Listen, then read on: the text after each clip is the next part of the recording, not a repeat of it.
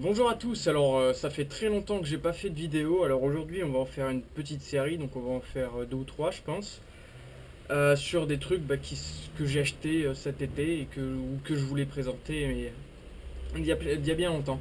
Alors tout d'abord je tiens à m'excuser parce que j'avais dit que avant les vacances je ferais la review par exemple de la tente, je pourrais pas, enfin j'ai pas eu le temps, enfin bon voilà. J'ai peu le temps de le faire. Puis j'avais pas très envie non plus de le faire parce que il a pas fait très très beau chez moi. Ensuite, je vous avais dit que je ferais le contenu de mon nouveau sac, enfin de mon sac version 2.0, je l'ai pas faite. Tout simplement parce que pendant notre randonnée, ben, on n'a pas eu le temps. Enfin, j'ai pas eu le temps ni l'envie de le faire. Donc je l'ai pas fait tout simplement, donc je tiens à m'excuser là-dessus. Et ensuite, c'est à peu près tout ce que j'avais prévu de vous faire et que je vous ai pas fait. Donc pendant les vacances, donc comme vous avez pu le voir au milieu des vacances à peu près sur la page Facebook, j'ai donc mis en photo, j'ai donc fait une review photo comme j'appelle ça, de mon nouveau couteau, de mon nouvel achat. Donc ceux qui connaissent reconnaîtront donc un couteau de la marque CRKT. Donc on va les déballer ensemble. Donc il m'a été fourni dans cette petite boîte, assez jolie, sobre, avec marqué Fortod Woodherb. Pour ceux qui servent littéralement. Ici on a le logo CRKT. Ici on a le truc. Ici donc on a la référence, le code barre. Et encore un petit logo CRKT. Donc la boîte est très jolie je trouve. Et c'est vraiment soigné. Et puis à l'image du couteau. Donc le couteau le voici. Ensuite, on a un mini catalogue qui est fourni donc avec tous les produits CRKT. Ça, on s'en fout un peu. Donc, un petit dépliant explicatif donc comment ça s'appelle, de leur système de fermeture avec double sécurité, donc Autolocks, donc qui soi-disant, pardon, est le système de fermeture le plus sécuritaire du marché. Donc c'est très simple en fait, c'est vraiment tout con. Et enfin bon, on en reparlera plus tard, mais je trouve ça vraiment très intéressant. Donc voilà pour la boîte. Le couteau en lui-même, donc fourni dans une petite pochette en cuir. Voilà, le CRKT M16 13Z en version désert. Alors sachant qu'il y avait plusieurs versions, j'ai hésité entre plusieurs du M16, donc je voulais un M16 parce que ça faisait longtemps que je reluquais ces couteaux-là. Donc pourquoi celui-ci? Ben, c'était celui qui selon pour moi avait la ligne la plus agréable à regarder. Donc très joli. La couleur du manche pardon, était et le toucher du manche était assez original pardon, comparé aux autres couteaux pliants que j'ai d'habitude. Et je voulais un truc à ouverture assistée et un truc qui soit vraiment béton. Donc ça pour moi c'était ce qui me convenait le mieux. Donc on va décrire le manche. Le manche est en Zytel, donc c'est un, je sais plus trop quoi, c'est un matériau composite donc qui est extrêmement résistant. Donc c'est un couteau à usage professionnel, donc militaire. Pour celui-ci, donc une version plus grosse avec une plus grosse lame et avec un double flipper, ils appellent ça, donc il fait office de garde. Là, celui-ci fait office de garde, mais il est un peu juste. Donc voilà, je vous laisse regarder. Donc le fameux flipper, le Carson Flipper. Donc Carson, c'est le mec qui a donc designé les couteaux M16. Kit Carson, il s'appelle. Donc voilà. Donc ici, on a les marquages. Donc Kit Carson Design et la référence du couteau. Ici de ce côté, on a donc le logo. Ensuite, qu'est-ce qu'il y a d'autre à dire? Oui, sur le manche, ici on avait un clip ceinture. Donc clip ceinture qui pouvait se mettre des deux côtés. Mais vu que vous savez que j'adore les clips ceinture, ben je les ai enlevés. Donc ici, ce qui est très bien aussi, un point vraiment très positif, c'est le système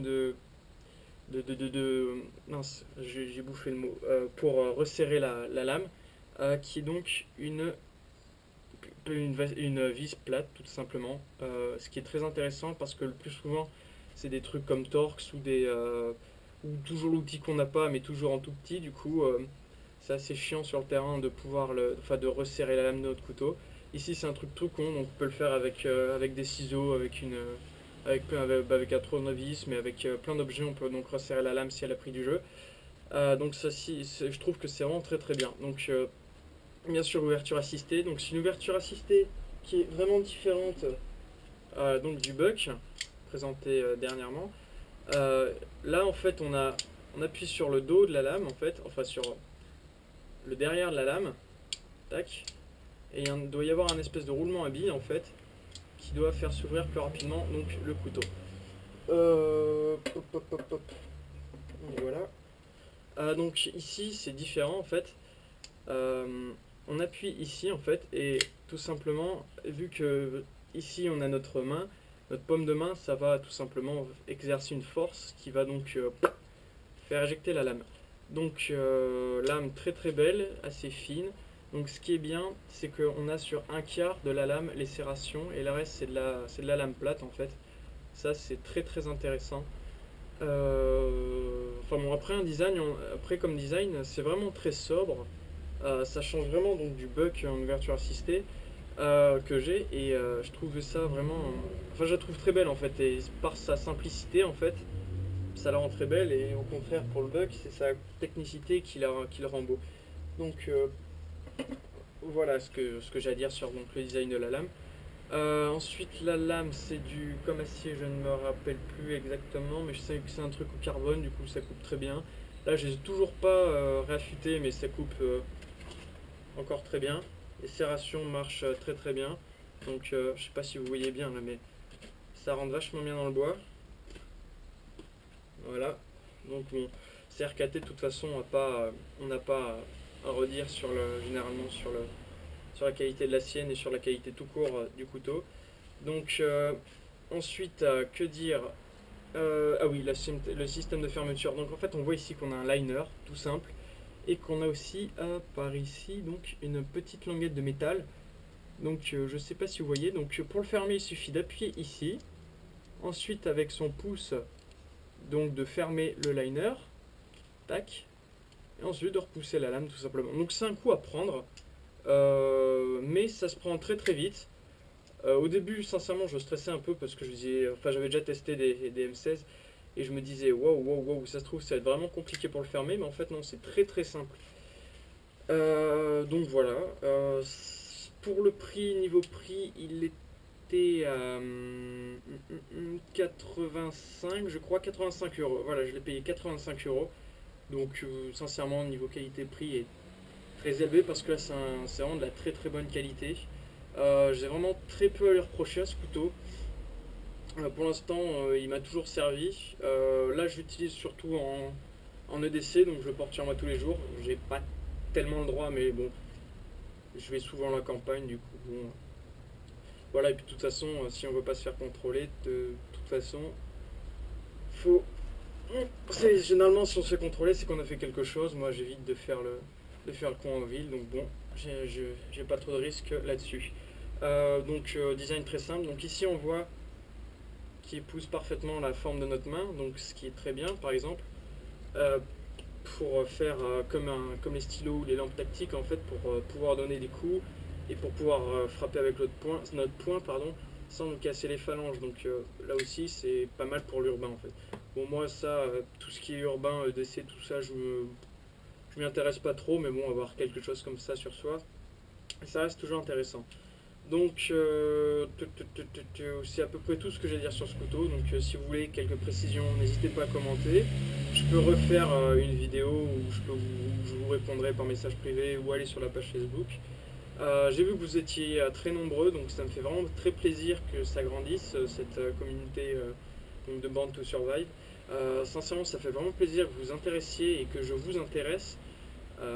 Que mes vidéos vous intéressent, donc sincèrement ça me fait vraiment plaisir et ça m'incite vraiment à continuer. Donc comme d'habitude, n'hésitez pas, si vous avez la moindre question à me poser, la moindre suggestion à me faire, n'hésitez pas, à la moindre remarque aussi, n'hésitez pas à commenter dans les vidéos, dans les commentaires de la vidéo, pardon, n'hésitez pas à me contacter donc par message privé sur YouTube ou sur Facebook. J'essaierai de répondre dans les plus faibles délais. Ensuite, c'est à peu près tout ce que j'ai à dire là-dessus. Donc, ah non, non, c'est vrai, il y a comment, Bushcraft UC donc, qui m'avait proposé donc, de pourquoi pas faire une communauté, donc nous tous, les petites chaînes de Bushcraft survie, tout ça. Et donc je trouve cette idée vraiment intéressante. Et sincèrement, j'espère que ça viendra à maturité, donc cette idée. Donc là, c'est tout ce que j'ai à dire. Et moi, je vous dis à bientôt.